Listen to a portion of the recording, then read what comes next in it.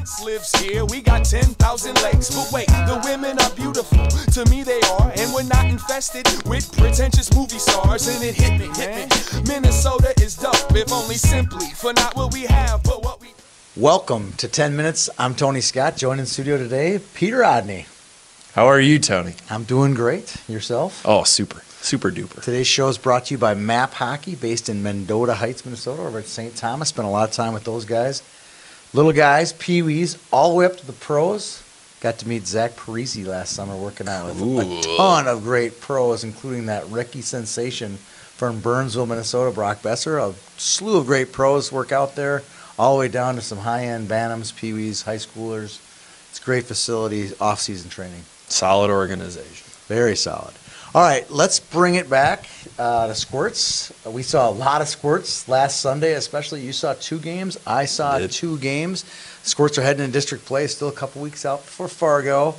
Who did you see that you jumped out at you as far as players that you saw over at White Bear and actually basically White Bear, both of them, really? Yeah, I got to take in the Muscoheen Squirt A final, and usually squirt games, the goalies are kind of in the background. You know, it's a lot of goal scoring, kind of high, double digits are a way of life for squirts. But the 2 players that I really liked were White Bear Lake's Carter McLeod and Edina's Oliver Scriver, the goaltenders for both teams. They had incredible games, 20-plus saves each. All right, yeah, that's good. Any other players in that Matamita game that you saw? I really enjoyed Bodie Samper. Yeah, he's at a completely different level than he's most so sports. Strong on the stick. I mean, I've never seen a kid execute a stick lift at that age quite like Bodie. Yeah, he's good. I took in Farmington Egan, which I thought was neat. It wasn't like 2 top 10 teams, you know. And then I saw Rogers, who could be a top 10 team, and Cottage Grove. So a lot of great players on all 4 of those teams. There's a guy I liked from Farmington, Gavin Lafferty. I think he had a hat trick and a couple of nice sellies. Another guy I liked were the Bubble Brothers, I call them now. Mason Jensen and Parker Deshane from Rogers. These kids are amazing. They move the puck. They're unselfish. When they score goals, not a lot of big sellies. It's just they go right back, line it up. Your prototypical great hockey player. These guys have been watching a lot of them. So. Those sweet shields. Oh, yeah, they got the bubbles, too. I like that. All right, let's switch gears to Peewees. Not a lot to talk about. A couple big games in Peewee AA to mention. Duluth East travels down to the cities. They're going to take on – they're in the top 10, and guess what? They're going to play Aussie Maple Grove. Welcome to the top 10, Duluth Yeah, East. they're going to get, a rude awakening to what the real top 10 looks like. Those top 4 or 5 teams are really tough. They did great in the Muscoheen. Let's see if they can build on that and beat Aussie Maple Grove. And then in reverse, Woodbury heads up to Duluth, and they'll take on Hermantown. That's going to be a great game. That would be a great game. You even asked me, goes, where is that game? Where's that game? It's in Hermantown or Carlton or Amsoil or wherever Hermantown can find the ice. I'll check my schedule, and we'll see if we got a free day. All right, switching gears to Bantams really quick. Again, not a lot to talk about the youth level because they're kind of in between the tournament season and the tournament season. So they're kind of just teams finding games. But let's talk about this. I have a riddle for you, okay? I like riddles. Eden Prairie Bantam AA. That's the tough one, right? They lose again to Minnetonka on a Tuesday night. Not that Minnetonka's a bad team. You saw them win the Spirit of Duluth. So they're not a bad team. No. But this is Eden Prairie. They have a winning record against Aussie Maple Grove. They've beaten Shattuck. How is this possible? Can you answer that for me? I mean, outside of being 14 and 15 years old and the ebb and flow of the season, I really don't have an answer. The pieces are in place for the Eagles to make a serious run in the postseason. Yeah. I think they just might have a little bit of late season fatigue to work out. And you already said it, it's not like Minnetonka's a bad team. No. They're a solid team, but the Eagles, they'll be fine once postseason rolls around. A couple other notes really quick. Morris Benson, top 10 team in Bantam B, they come to town. They face Minnetonka on Sunday. Hopefully I can make it to that game. I want to see Morris Benson. When do we ever get to see Morris Benson? Never. In the Twin Cities? Our guy in Aitken, Tommy Coop, he sees Morris Benson all the time in his little travels over to Brainerd and Aiken and things like that. So we've seen Morris Benson, but never in the Twin Cities. We might have to get our camera on that one. Yeah, let's see how they travel. Shout out in Bantam A's to Tartan, 9-game winning streak. your guys, District 2. Yeah. Right? All right, here we go. Girls, not a lot to mention there either. Dead Couple zone. nice notes. 10A, be a big game on Friday night. Osseo Maple Grove hosts unbeaten 40-0 Andover. So 2 unbeaten teams will square off Friday night. Egan at 12A, 9-game winning streak for Egan Amber Grove Heights. It's a really solid group. And a quick note, I saw the 15A Tonka versus Edina game last week. I walk out with a woman. She has a Cornell hat on. She had a Cornell jacket on, the whole 9 yards. I'm like, interesting. Cornell is here to watch a 15A game. And then 3 days later, I see Rory Gilday has committed to Cornell. Go Big Red. Congratulations to Rory on her commitment and her entrance into the Ivy League, which is Congratulations. probably, to me, it's more important than the actual hockey. You have 4 years of hockey and you get to walk out with an Ivy League degree. That's amazing. Good stuff. So congratulations to Rory.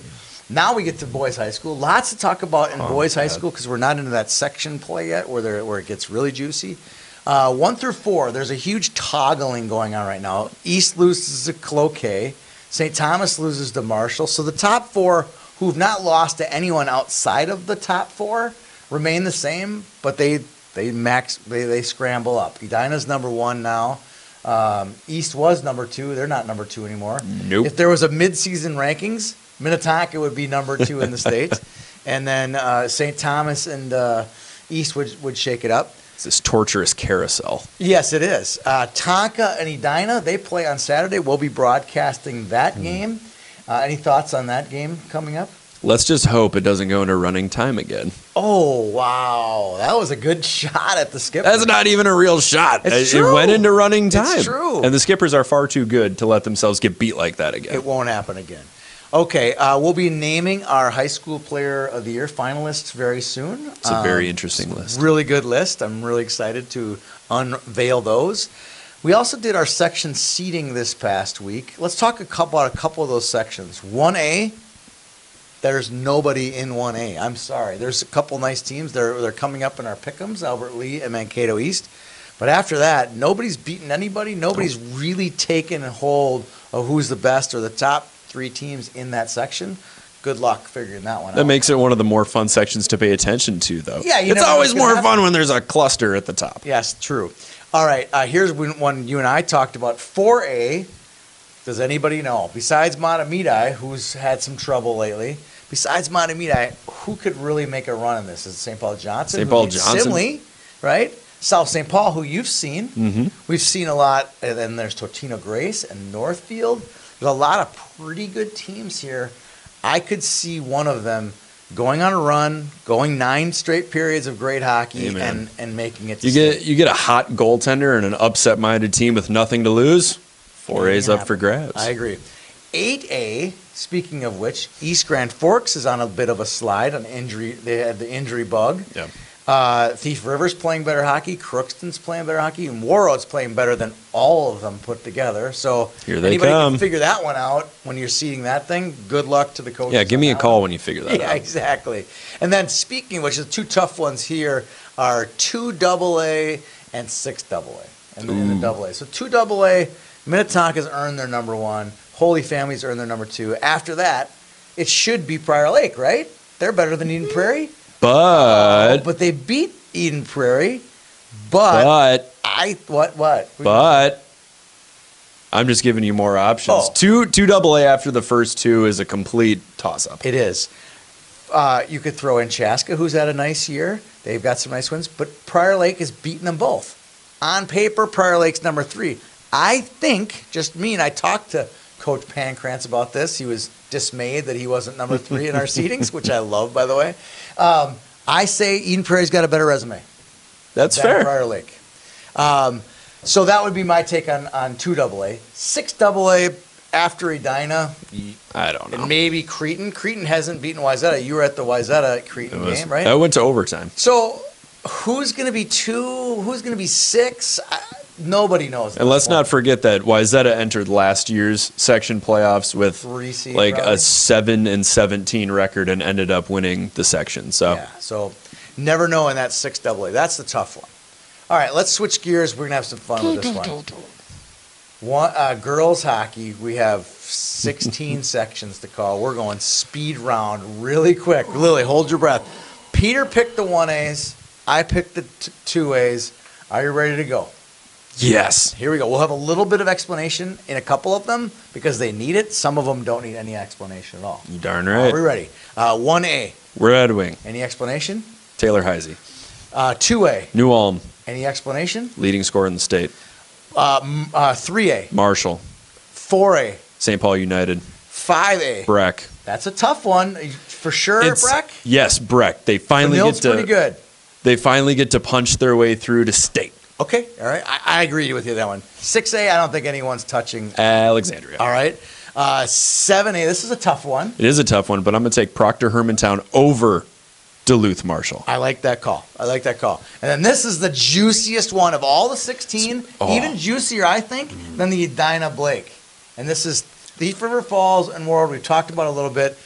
These two teams don't like each other. There's bad blood running all over Section 8A. I love it. If we could have if we had a plane, maybe to Warroad or something, we could actually take in Hintity, hint. We'd love to come to that game. But I'm going to take Warroad. All right. I think that's a flip of a coin game. All right, my turn. Flip the switch over to me. 1AA. I'm going Lakeville South. 2AA. Oh, man. Eden Prairie, Tonka. I mean...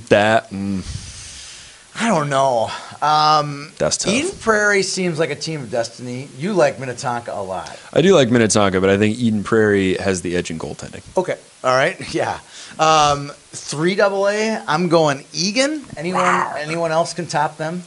Apple Valley, no. I don't think Apple Valley's got the guns to hang with Egan. I don't think so either. 4AA, let's just move on. That's Hill Murray. 5AA.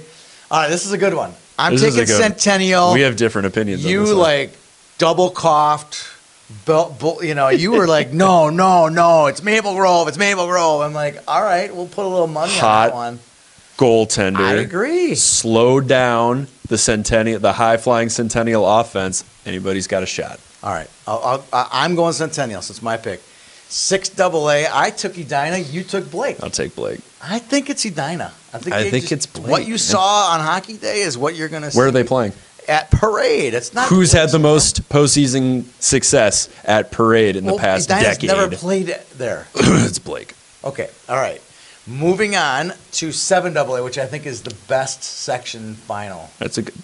Better than the Edina Blake game. But I think that one's going to be anticlimactic. This one's going to be full of drama. Andover, Forest Lake. I'm taking Andover in this one. Can't argue. You just saw Forest Lake. I did. You've seen Andover plenty. Mm-hmm. Which one do you like better? I like Andover better. I saw Forest Lake. They took a loss to Cretin-Derham Hall. Good team, but I think Andover is a little bit deeper, and I think their top-end talent is a little more top-end. Last section, and this one is good. Roseau, I'll take Roseau over Brainerd, but I would not be surprised if the young guns from Brainerd can upset the Rams in this one. Roseau scares me a little bit coming out of that section. They just lost to Warroad, a Class 1A team, and it wasn't as if Warroad took them to overtime. Warroad shut them out 4-0. So yeah, so that concerns me. There's your reason why I'd watch out for Brainerd.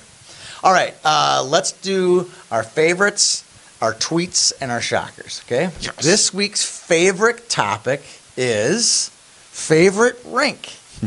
Okay, I've long expressed my love for this rink, and it's the MAC, the Municipal Athletic Complex in St. Cloud, Minnesota. It is the best. It's both. You can get to both rinks within about a 15-step walk. Okay. The food is unbelievable. The staff there is great. You love their fries. Love the French fries. It's amazing. The French fries are just to die for, okay? It's a meal. The French fries are a meal, okay? So then you go with the MAC. What is yours? Mine is Duluth Heritage. I know it's so good. It's a good as long pick, as you didn't say Edina. I'm so glad you didn't say Edina. Edina's right up there. I know. I love it too, but Duluth Heritage, it's got that beautiful exposed brick. The Wi-Fi has always been pretty good. The crowds are great. The talent on the ice is great.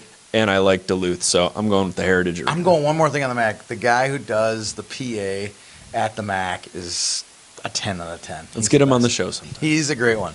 All right, let's go tweet of the week this week. You got it? Tweet. I do. The Alexandria Peewee A Cardinals pulling off the upset in overtime over number 1 ranked Stillwater. Yep, up in the Hermantown tournament, and somebody caught the clip, saved it, sent it to us, tweeted it at us. That was a great shot. It got everything. Everything in there. 4-on-4 double overtime win for the Cards. Congratulations to them. You've got your phone out anyway. Just put it up to the glass for overtime. We love those tweets. We love those tweets. Okay, shocker of the week. You want to go, boys? This one's there's so boys. Many of them. There's so many in boys high school hockey. And I think this shocker becomes even more shocking once you consider that what happened a week later. So Forest Lake over Cloquet. Forest Lake, we already mentioned it last week, sneaky team. Very sneaky. Very sneaky. And then considering the fact that Cloquet beat Duluth East the following week makes, by transitive property, Forest Lake greater than Duluth East? Question mark. Question mark, question mark, question mark. I got a mini shocker. I do the 12A rankings, and I came across this one. Cottage Grove 12A ties Owatonna. Cottage Grove is like number 29, below 500. They go to Owatonna and tie them. Owatonna was like only a few losses on the season. A tie against a ranked team is still shocking to me when you're doing the rankings. Shock. There's my shocker. All right. No pick'ems this week. No girls pick'ems at the high school or youth level. We're going to go straight boys high school, 5 in a row. We're going to go Mankato East, Albert Lee. We talked about those section rankings. This is the top 2 seeds, at least by my account. They face off in Albert Lee this weekend. It's going to be a good game. Who are you taking in that one? You got Albert Lee. Go on the home squad. That's a beautiful rink. I was down there doing a story on the new coach. That's a beautiful rink. I'm going to go Mankato East. They're going to come in there. They've beaten them once already. I think they're going to beat them again. Fair enough. All right. Let's see. Orono travels to my favorite rink, the MAC, and takes on St. Cloud Cathedral. Out of my 5 picks, this is the one I have the least confidence in, but I'm still going with the Spartans. I'm taking the Crusaders. This will be a big win. Orono's been playing a lot better lately, if you haven't noticed. If they pull this off on the road against a team like Cathedral, then you believe the Oronos are back in the conversation. They're definitely in the conversation for Final Four. I agree. Right now, I'd say they're on the outside of the Final Four for state. I think they're even not a lock to get to state because it's such a tough section. Okay, next one, Edina Tonka. We mentioned it earlier in the broadcast. Are we going to throw the Goocher down on them? Double Edina? Yeah, we're going to double down on the Hornets. We're going double down on the Hornets, too. After watching what we saw a couple weeks ago, I think it's going to happen again. Edina's going to go in there with their green unis and walk out with cash. Take care of business. I think I do, too. All right, so we both got a double there. Duluth Marshall hosts Hill Murray. You going to go east side here, or are you going to go you're going to go private school? You're both. They're both private schools. I know, but I have so many crossing allegiances I know you do. I'm going to go with Hill Murray. Hill Murray is one of the... You're going to go private school and east side St. Paul. Yes. And I'm going to go private school Duluth. Duluth Marshall's going to win this one. Shame. Private school. I feel guilt and sin all over my body doing this. Just Catholic guilt. All right, last one. This is a good one. Lakeville South Eastview. This is an South suburban game. I like Eastview. I think they're playing the best hockey right now. I don't think Lakeville South has caught their gear yet. But it doesn't, as you know, 1AA, it doesn't really matter. It's a one-game playoff. They're going to make it to state if they can beat Lakeville North. Right. End of story, okay? So does it really matter, the other 23 games of the season? Yes. Not really. Yes. Yeah, I suppose game 23 and game 24 matter. Because if you don't get to the championship game, they do matter. But the other ones don't really matter. They know they got to beat North to go to state, and I think that they have just as good a chance. I had them in my seedings, 51 North, 49 South, meaning they're a flip of a coin. Well, I'm going to take Lakeville South in that one. All right. We are down to the end of the show. We have our boom roasted and our game puck. You want to go with the boom roasted? I would like to boom roast the arenas that can't seem to start on time. And there's no reason. This is for the high school. This is for high school. With all the discussion about wanting to lengthen games and the resistance to it, saying we don't have enough time. Well, you do. 10 minutes for a warm up, too long, and then they sit for 15. So they're not warm minutes. anymore. So they get warm and then they cool right back down. Shorten the warm up, buzz them a minute before the warm up is over, and start picking up pucks. Let's go. And if they don't start picking up pucks, issue a penalty or something. There's no reason for some of these games to start late. There really isn't. I agree. All right, good job, boom roasted. Yeah. That's a double boom by us, and I think we got a double game puck coming as well. This one goes out to Nate Gaffer. Gaffer. Sorry, I just wanted to say it. Nate, who just came down with leukemia. We did a story on it last night. We'll publish on Wednesday night. This show comes out on Thursday. An awesome job for you and Justin Moss on a great story on Nate and all of the community and what they've done to get wrap their arms around Nate in his tough time. Talk a little bit about that. You'll never meet a cooler customer than Nate. We were asking some pretty heavy questions. I mean, this is his second battle with leukemia, and he was so cool, so calm. So was his mom, Karen. They did a great job yesterday. We and Justin and I were very fortunate to spend some time with Nate, his mom, and Coach Ben Gustafson. Game puck goes out to them. All of the people involved in Elk River, and thanks for them welcoming us into the rink and doing that story. Huge shout out to MAP Hockey for their sponsorship of our show. Check them out, maphockey.com, map.hockey. If you can't find it, I'm sure you can get it on Google. Mendota Use a map Heights. to find it. Yeah, you find it, Mendota Heights, right off of 494 and 149. For Peter Odney, I'm Tony Scott. Thanks for tuning into today's show. We'll see you guys around the rink. And if you ain't gonna leave, cause this is where you're from, say St. Cloud, Minnesota, Mankato, Minnesota.